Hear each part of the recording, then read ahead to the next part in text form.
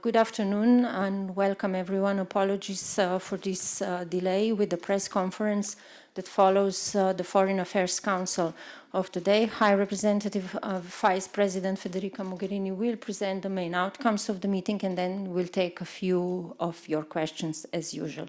High Representative, you have the floor. Thank you, Maya. I'm more on the left today. I don't know Your what arrangement. As you know, we had a very long today, an intense Foreign Affairs Council, where we had 4 main points on our agenda. First of all, the situation in Ukraine, where we restated with all the ministers the strong support of the European Union to the full implementation of the Minsk agreements, our willingness to accompany and support even more the work of our colleagues in the Normandy format and the work of the OSCE, especially on the ground. We discussed this also with the Austrian chairmanship in office of the OSCE. And at the same time, we focused our discussion on the European Union support to the reform agenda of the country, in particular the efforts that the Prime Minister, the President, the government are putting in reforming the country when it comes to social, economic measures and anti-corruption. That for us is key. The European Union will continue to support Ukraine with a special focus to the delivery of services to the population and trying to make sure that the conditions in the country improve for the people. And obviously this requires also a better security situation and the situation in the last days was definitely extremely worrying for us. So when we refer to the full implementation of the Minsk agreements, we obviously restate our expectation that the fighting stops there and that a process of peace can be started effectively. The second point we had on the agenda today was the situation in Libya. I would start by saying that the focus we had today was mainly at the political, the security, the economic situation in the country. We obviously also followed up the Malta summit, where I was last Friday presenting to the heads of state and government some proposals on our work to manage the migration through the Mediterranean route, the central Mediterranean route. But today, the message that comes out of the Foreign Affairs Council is that our work with Libya and for Libyans and with Libyans mainly is going much beyond the issue of migration. And the main focus is our political work. First of all, to guarantee inclusiveness, the support to the GNA and the Libyan political agreement, the delivery of services to the Libyans, starting with health and social measures. We have, as you know, a package of support, concrete support the European Union is putting in place in partnership with not only the government of national accord, but also municipalities. And we are continuing in this respect all over the territory of Libya, west, east, and south. And for us, it's going to be very important. This is something we decided clearly with the ministers today. I think you will have, or you have already, the Council conclusions we adopted today. We decided today to engage much more, not only with the Libyan interlocutors on the ground, but also with the regional actors, supporting the Tunisian efforts to bring together the regional actors and the neighbors, namely Egypt and Algeria. But also we decided today to somehow respond positively to the invitation we have received, the European Union has received, to join the African Union, the League of Arab States and the United Nations, transforming in this way somehow the Troika in a quartet to try to accompany a process that has to see the political transition in Libya coming to a positive moment. And this requires a full Libyan ownership. As I said, and you will find it in the Council conclusions, you will have the opportunity to read, there is a strong support to the government of national accord and the Libyan political agreement, but there is also a readiness to accompany changes if the Libyans see the need for that, and how it will be up to them to define. I had already the chance to state in the recent days, it is not for the Europeans or for the international community to decide on the government or the governance or the people that will run the country. What we can clearly say is that we recognize the international legitimacy as backed in the UN Security Council resolutions, and obviously we see that there is no way in which a military solution can rule and unite a country after so much suffering. So the European Union is at the disposal of the Libyans to accompany them on the way they choose, to try and improve the living conditions of the country, restore security, and make sure that Libya, which is a rich country, that doesn't need naturally economic or financial support, can benefit from its own resources going directly to the Libyan people.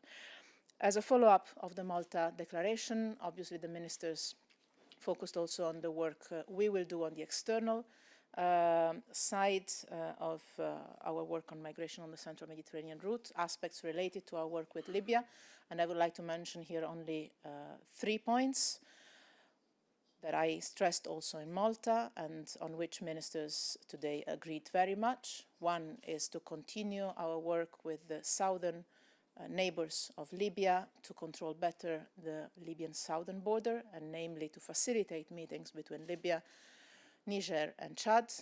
I'm convinced that the African Union can play a significant role, also Sin, who has become the new president of the African Union Commission, former foreign minister of Chad. This work will for sure benefit from his presence in Addis Ababa. Second, the work inside Libya. And here we agreed with the ministers to increase our work and our partnership with the IOM and the UNHCR, including financing. The European Union is already financing a project of the IOM to assist migrants in the camps. Living conditions in the camps are awful, and our main concern is to try and facilitate the work of the UN agencies, IOM and UNHCR, to support the stranded migrants and assist them along the route. And at sea, we decided to strengthen the work we're doing with Operation Sophia, training the Libyan Coast Guards and Navy, including training on human rights and women's rights, because we see that people that are dying now are not anymore in international waters, but on Libyan waters. This is a Libyan responsibility, not a European responsibility, but we can help in saving lives and trying to make this not happen again. In this respect, I'm proud that on Wednesday, the day after tomorrow, I will be able to be on the flagship of Operation Sophia off the coasts of Malta to hand over, together with the Maltese presidency, with the Maltese Prime Minister, the diplomas to the first group of Libyan Coast Guards that we have trained with Operation Sophia. The second group of trainees has started already the training, so we are now at the second slot of training. And I think this will enable the Libyans and the Libyan authorities to control the sovereignty of their country, including their territorial waters, in a more effective manner. Of all of this, and in particular of the European Union support to Libya, both from a social, economic, security and political perspective, I've discussed last week with Prime Minister Sarraj and with the UN Special Envoy Martin Kobler, that I would like to thank for the incredible work he's doing. And obviously we will continue to work together with them. The third point we had on our agenda was relations with Egypt, where we agreed with ministers on increasing our engagement with this country that is a key regional player. with whom we will work along 4 lines. One is to help Egypt facing the economic and social challenges it's facing. It's a country of 94 million people, half of which are below the age of 25, with an youth unemployment rate around 30%. It is our clear interest to support the economic reforms, but also the growth and the job creation in the country. So economic cooperation, including measures to protect the most vulnerable, which means social measures and measures to achieve an inclusive economic growth, are and will continue to be at the center of our cooperation with Egypt. So first, the economic cooperation. Second, the work on the political track. Democracy, human rights, rule of law, the work for an open society are all at the center of our exchanges with the Egyptian authorities. This will continue to be the case as we increase cooperation with the country, and you know that this is particularly important for the European Union. Third element, we decided to increase our cooperation with Egypt on some sectorial files that are particularly important for both of us. I just mentioned 2 examples, but we could have many others. One is cooperation on counterterrorism that is starting and we want to intensify. And the second is work on migration, where we have, in principle, an agreement to set up a formal migration dialogue between the European Union and Egypt.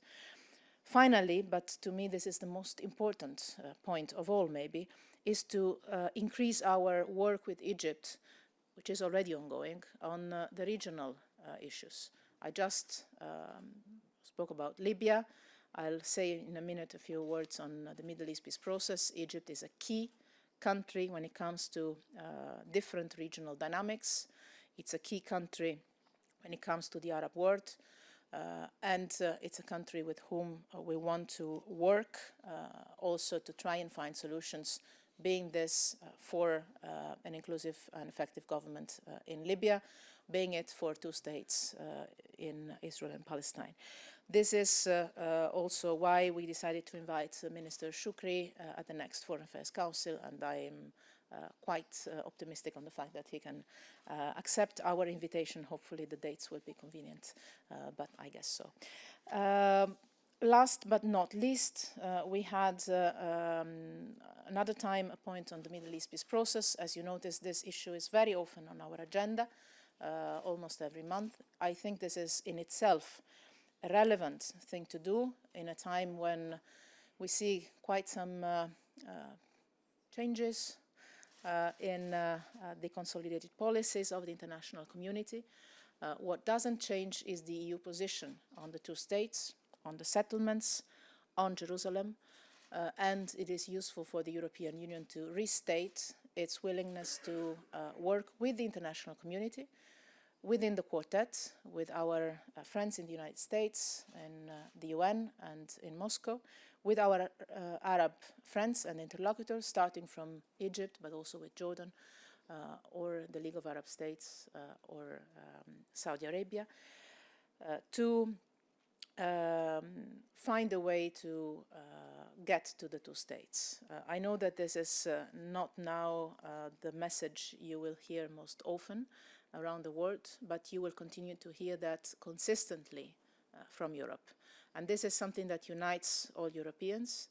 I will discuss this, among other things, with our interlocutors in Washington later this week, but also here in Europe the following week for some visits we are expecting also in Brussels. As you might know, Vice President Pence is coming to pay a visit to the European Union institutions on the 20th, if I'm not wrong. But before that, I'll travel to Washington later this week, and we'll have at the margins of the G20 in Bonn and also at the Munich Security Conference and at the NATO Defense Ministerials, other rounds of meetings. So we will have in the next 20 days intense exchanges with our counterparts of the US administration on the Middle East and also on other issues, including those that we discussed today with the foreign ministers. On the Middle East peace process, I can also share with you that we decided not only to engage with the United States in this new era, seeing where we have common ground to work together through the quartet, but also that we decided to start preparations for an association council with Israel. So that work will start. That is going to be a good opportunity, a good tool to exchange views and hopefully also find common ground with one of the two parties. We constantly keep our engagement with the two sides very intense at all different levels, from presidents, prime ministers, ministers, and including civil society. That will continue. I'll stop here. I hope I didn't forget anything, otherwise I count on your questions Thank you very much. For a change, we'll start from this side to that. Arthur over there. As usual, please introduce yourself and the media you're working for before you ask your question. Thank you very